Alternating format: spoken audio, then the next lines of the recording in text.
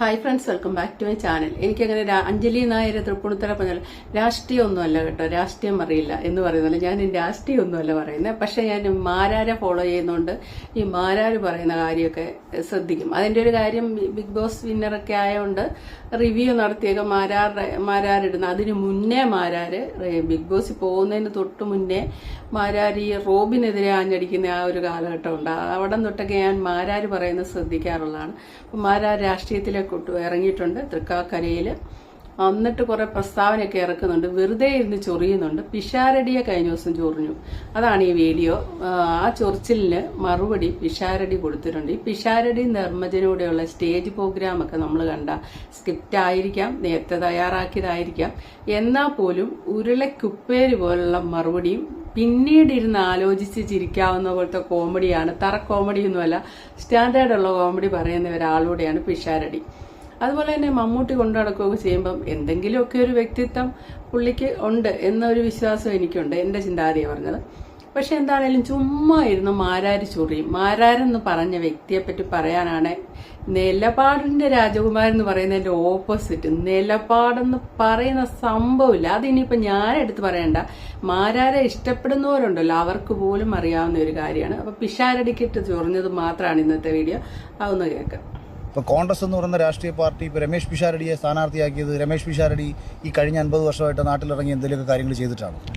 അത് സിനിമയിൽ അഭിനയിക്കുന്ന ആൾ കാശുണ്ടാക്കുന്നു, അയാൾ ലക്ഷറി ലൈഫ് ജീവിക്കുന്നു, അയാൾ ഇടയ്ക്കിടയ്ക്ക് ചാനലിൽ വന്നിരുന്നിട്ട് കോൺഗ്രസിൻ്റെ വേദിയിൽ വന്ന് പങ്കെടുക്കുന്നു. അങ്ങനെ കോൺഗ്രസിൻ്റെ ഒരു സഹയാത്രിക എന്ന നിലയിൽ പുള്ളിയെ അവിടെ മത്സരിപ്പിക്കുന്നു. അല്ലാതെ പുള്ളി നാടിന് വേണ്ടി എന്തെങ്കിലും ചെയ്തിട്ടാണ്? പുള്ളിക്ക് എന്തെങ്കിലും കേസുണ്ടോ? പുള്ളി ജീവിതത്തിൽ എപ്പോഴെങ്കിലും ഇറങ്ങി ഈ നാട്ടിലൊരു പ്രശ്നങ്ങളിൽ ഇടപെട്ടിട്ടുണ്ടോ? അപ്പൊ ഈ ചോദ്യം ഇപ്പൊ ഇത് പറഞ്ഞത് പിഷാരടി രാഷ്ട്രീയത്തിൽ ഇറങ്ങിയതിന്റെ കുശുമ്പിന് വിളിച്ചു ഊവിയ ഒരു കാര്യമാണ്. ഇതൊന്നും അല്ലാതെ നേരത്തെ, അതായത് അഖിൽമാരാര് സിനിമ അങ്ങനെയൊക്കെ നടക്കാണല്ലോ. അപ്പൊ അതിൽ നിന്ന് പുറത്തിറങ്ങുന്നവർ, ഈ സിനിമയിലുള്ളവരൊക്കെ അവരതിൽ എന്തെങ്കിലുമൊക്കെ ചെയ്ത ആളായി കഴിയുമ്പോൾ അവർക്ക് ജനങ്ങളെയും കൂടെ സേവിക്കണമെന്നൊക്കെ തോന്നും. അതൊരു നല്ല ചിന്താഗതിയാണ്. അങ്ങനെ തോന്നുമ്പോഴാണ് അവര് രാഷ്ട്രീയത്തിൽ ഇറങ്ങുന്ന ഒരു അഭിപ്രായം ഇതിനു മുന്നേ പറഞ്ഞിട്ടുണ്ട്. നിലപാടെന്ന സംഗതി ഇല്ല, ഒരല്പം പോലും ഇല്ല. അല്ലെങ്കിൽ ചിലപ്പോൾ ഇനി പറയുന്നത് മറന്നു പോകുന്നതായിരിക്കും.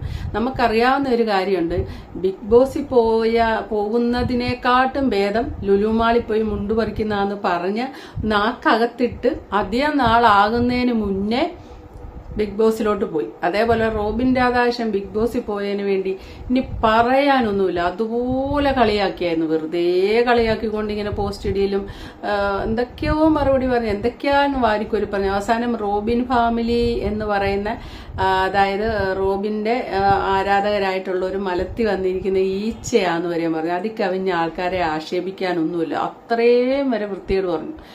അതുപോലെ ആര് പോയാലും ജയിക്കുക, അതൊരു പൊട്ടൻ ഷോയാ, ഇങ്ങനെയാ പറഞ്ഞ. ആ പൊട്ടൻ ഷോയിൽ പോയി ആ പൊട്ടൻ ഷോയുടെ വിന്നറായിട്ട് വന്നിട്ടുണ്ട് മാരാര്. അതുകൊണ്ട് നിലപാടെന്ന് പറഞ്ഞ സംഗതി മാരാർക്കില്ല ഒരു കാലത്തും. സിനിമാക്കാര് രാഷ്ട്രീയത്തിൽ ഇറങ്ങുന്നതിനെ പറ്റി ഇതിനു മുന്നേ പറഞ്ഞു. സിനിമയിൽ നിന്ന് ഒരാൾക്ക് പേരും പ്രശസ്തിയൊക്കെ കിട്ടിക്കഴിഞ്ഞാൽ, ആവശ്യത്തിന് പണമൊക്കെ കിട്ടിക്കഴിയുമ്പോൾ അയാളുടെ മനസ്സിൽ ഉണ്ടാവുന്ന ഒരു ചിന്തയാണ്, എനിക്ക് ഇനിയുള്ള കാലം ഇന്നലെ വരെ എന്നെ ഇഷ്ടപ്പെട്ട ജനതയ്ക്ക് വേണ്ടി എന്ത് ചെയ്യാൻ പറ്റുമോ എന്നുള്ള ചിന്തയിൽ നിന്നുകൊണ്ടാണ് രാഷ്ട്രീയത്തിൽ ഇറങ്ങി വരുന്നത്. ഞാനൊക്കെ അങ്ങനെ ചിന്തിക്കുന്ന ഒരാളാണ്. ഞാൻ പിന്നെ പണ്ടേ അങ്ങനെയാണ്. അപ്പൊ പറഞ്ഞു വെച്ചോ, മനസ്സിലായോ? സിനിമയില് സിനിമാക്കാരെ കുറെ നാൾ അഭിനയിച്ച് കഴിയുമ്പോൾ ജനങ്ങൾ സിനിമാക്കാരെ അങ്ങ് ഇഷ്ടപ്പെട്ട് കഴിയുമ്പോൾ സിനിമാക്കാർക്ക് തോന്നുകയാണ്, എന്നെ ഇത്ര കാലമൊക്കെ ഇഷ്ടപ്പെട്ടല്ലേ, ഞാൻ ജനങ്ങൾക്ക് വേണ്ടി എന്തെങ്കിലും സേവനം ചെയ്യണ്ടേ എന്ന് തോന്നുമ്പോഴത്തേന് അവര് രാഷ്ട്രീയത്തിലേക്ക് ഇറങ്ങുകയാണെന്നാണ് അഖിൽമാരാര് നമ്മളെ പഠിപ്പിച്ചു തന്ന കാര്യം. ആ അഖിൽമാരാണ് പിഷാരടി രാഷ്ട്രീയത്തിൽ ഇറങ്ങിയപ്പം പറഞ്ഞ മറുപടി. ആദ്യം നിങ്ങൾ കേട്ടല്ലേ, ഇങ്ങനെ നിലപാടില്ലാത്ത ഒരു മനുഷ്യന്. അപ്പം ഇന്നലത്തെ ഒറ്റ ദിവസം, അല്ലെ കഴിഞ്ഞ ദിവസത്തെ ആ ഒരൊറ്റ ഈ വക ചൊറിച്ചിലുകൊണ്ട് ഈ പിഷാരടി, ഞാൻ ആദ്യമേ പറഞ്ഞ പോലെ തന്നെ പിഷാരടിയുടെ മറുപടി എന്നൊക്കെ പറഞ്ഞ കാച്ചി കുറുക്കിയ മറുപടി എന്ന് പറയുന്ന പോലത്തെ മറുപടിയാണ്. വെറുതെ ഇരുന്ന് ചൊറിയത്. ആ ചൊറിഞ്ഞിട്ട് പിഷാരടി കൊടുത്ത മറുപടി ഒന്ന് കേൾക്കാം. ബിഗ് ബോസ് താരം ഇന്ത്യയുടെ ഭാഗമായ അഖിൽമാരാർ ഇതുപോലെ ഈ അഖിലിന്റെ ഒക്കെ കാര്യത്തിൽ അഖിൽ അദ്ദേഹത്തിനെ പോലെ അങ്ങനെ മുതിർന്ന ഒരാളൊന്നും അല്ല, ചിലപ്പോൾ എന്നേക്കാൾ ഇളയ ഒരാളായിരിക്കും. അഖില് പറയുന്ന കാര്യങ്ങൾ എന്നൊക്കെ പറഞ്ഞാൽ അദ്ദേഹം എന്നെ ശ്രദ്ധിക്കുന്ന പോലൊന്നും ഞാൻ അദ്ദേഹത്തെ ശ്രദ്ധിക്കുന്നില്ല. എനിക്ക് സമയമില്ല. നിങ്ങൾ പറയുമ്പോഴാണ് എന്തായാലും പുള്ളി പറഞ്ഞെന്നൊക്കെ തന്നെ ഞാൻ അറിയുന്നത്. മാത്രമല്ല അതിനെന്തെങ്കിലും അഭിപ്രായം പറയാനും പറ്റൂല.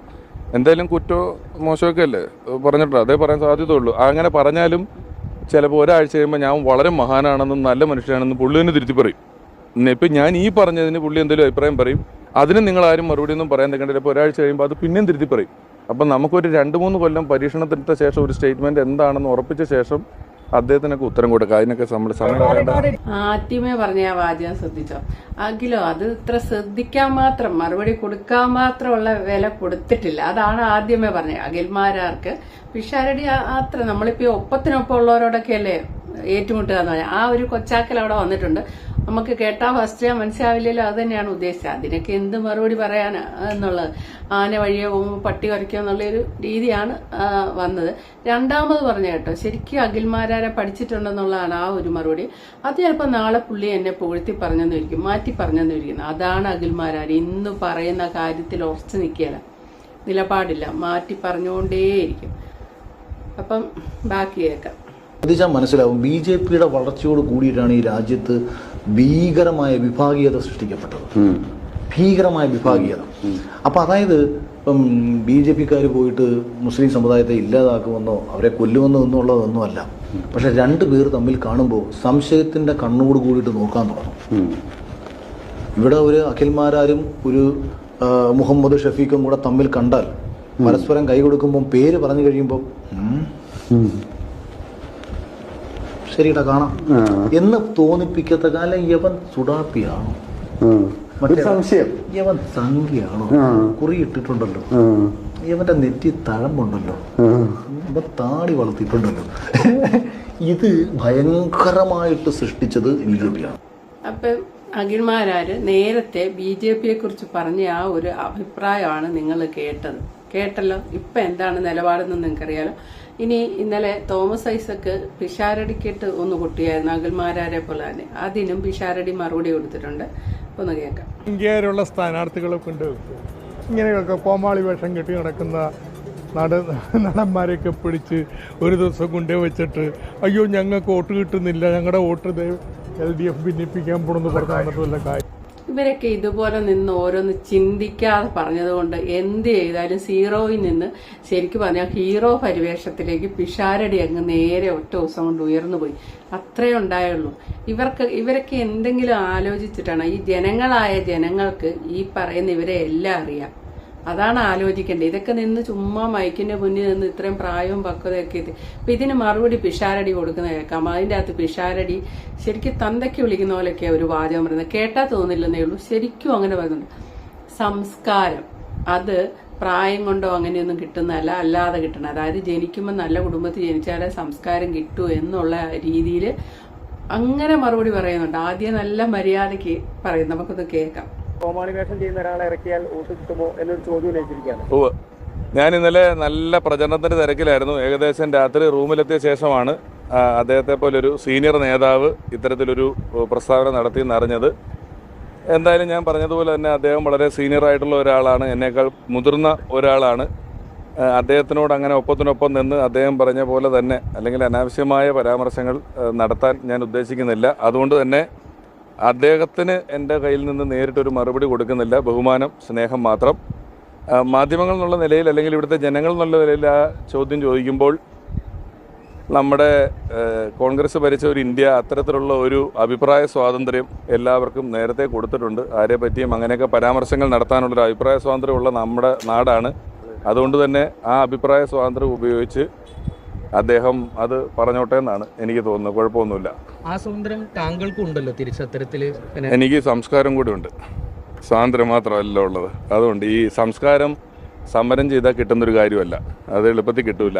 അപ്പോൾ ഇത്രയും നാടക കലാകാരന്മാർ, KPSC പോലെയൊക്കെയുള്ള ട്രൂപ്പുകളിലെ കലാകാരന്മാർ മൈക്ക് പോലും ഇല്ലാത്തൊരു കാലത്ത് ഒരുപാട് ഉത്സവപ്പറമ്പുകളിൽ പരിപാടികൾ അവതരിപ്പിച്ച് നാടകം നടത്തിയുമെല്ലാം ആ പ്രസ്ഥാനത്തെ അത്രയും മുന്നിലേക്ക് കൊണ്ടുവന്ന ശേഷം ഇവർക്ക് എന്നു മുതലാണ് കലയും കലാകാരനും ഒക്കെ ഇത്രയും കാണാൻ വയ്യാത്ത ആളാകുന്നത്? അത് അവനവനോടൊപ്പം നിൽക്കാത്ത എല്ലാവരും വെറുക്കപ്പെടേണ്ടതാണ് എന്നുള്ളൊരു പ്രത്യയശാസ്ത്രം ഇങ്ങനെ പ്രചരിപ്പിക്കുന്നത് എന്തുകൊണ്ടാണ് എന്നെനിക്ക് മനസ്സിലാകുന്നില്ല സത്യത്തിൽ. കാരണം ഞാൻ ഒരു 26 വർഷം 3000 സ്റ്റേജുകൾ, 3000-ൽ കൂടുതൽ ടെലിവിഷൻ പരിപാടികൾ, 50-ലധികം സിനിമകളിൽ അഭിനയിച്ചു, 2 സിനിമ എഴുതി സംവിധാനം ചെയ്തു. ഇതെല്ലാം ഏറ്റവും സഭ്യമായും മാന്യമായും ആവശ്യമില്ലാത്ത വൃത്തികേടുകൾ പറയാതെയും ഇത്രയും കാലം ഇവിടുത്തെ കുടുംബ സദസ്സുകളുടെ മുന്നിൽ വളരെ മാന്യമായിട്ട് നിന്നിട്ടുള്ള ഒരാളാണ് ഞാൻ. അതേ മാന്യത എനിക്ക് രാഷ്ട്രീയത്തിൽ ഉണ്ടാകണമെന്നും അതേ മാന്യത എന്നിൽ നിന്ന് രാഷ്ട്രീയത്തിൽ തുടരണമെന്നും വരുന്ന തലമുറ നമ്മളെ കാണുമ്പോൾ ഇതൊരു മോശം ഇടമാണ് എന്ന് തോന്നാത്ത രീതിയിൽ ഏറ്റവും സരസമായി നിൽക്കണമെന്നും ആത്മാർത്ഥമായിട്ട് ആഗ്രഹിച്ചിട്ടാണ് രാഷ്ട്രീയത്തിലേക്കും കൂടെ ഞാൻ വന്നിട്ടുള്ളത്. അതുകൊണ്ട് കുഴപ്പമില്ല, ഞാൻ ഒപ്പത്തിനൊപ്പം എന്ന് പറയുന്നില്ല. ഒപ്പത്തിനൊപ്പം നിന്ന് അദ്ദേഹത്തിന് അത് ബഹുമാനവും സ്നേഹവും കൊടുക്കുന്നതുകൊണ്ട് ഞാൻ അദ്ദേഹത്തിന് ഒപ്പത്തിനൊപ്പം നിന്ന് മറുപടി പറയാൻ തയ്യാറാവുന്നില്ല എന്നൊക്കെ ആദ്യം പറഞ്ഞു. അത് ശ്രദ്ധിച്ചോ? അത് കഴിഞ്ഞ് ലാസ്റ്റ് കൊണ്ട് പറഞ്ഞ സ്വാതന്ത്ര്യം മാത്രമല്ലല്ലോ, സംസ്കാരം വേണ്ടേ? സംസ്കാരം അങ്ങനെ സമരം ചെയ്താൽ കിട്ടുന്നതാണോ? ഇതിക്കവിഞ്ഞിനി എന്ത് മറുപടി പറയാനാ? ഇതിക്കവിഞ്ഞ് എന്ത് പറയാനാണ്?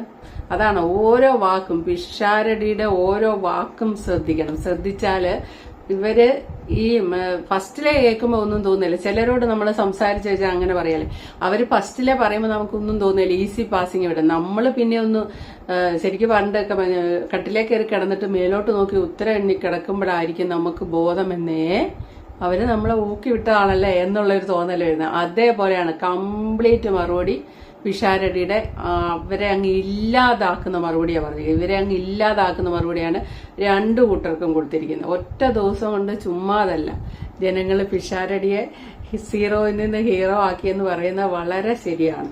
അപ്പൊ ഇന്നത്തെ വീഡിയോ ഇത്രയൊക്കെ ഉള്ളൂ. ഞാൻ നോക്കിയപ്പം ഇത് രാഷ്ട്രീയമൊന്നുമല്ല ഞാൻ പറഞ്ഞത് കേട്ടോ. ഇത് വെറുതെ അങ്ങോട്ട് കൊടുത്ത് ഇങ്ങോട്ട് മേടിച്ചെടുത്ത അതിൻ്റെ ഉള്ളിലെ ഒരു രസം, അങ്ങനെയേ ഞാൻ പറഞ്ഞിട്ടുള്ളൂ.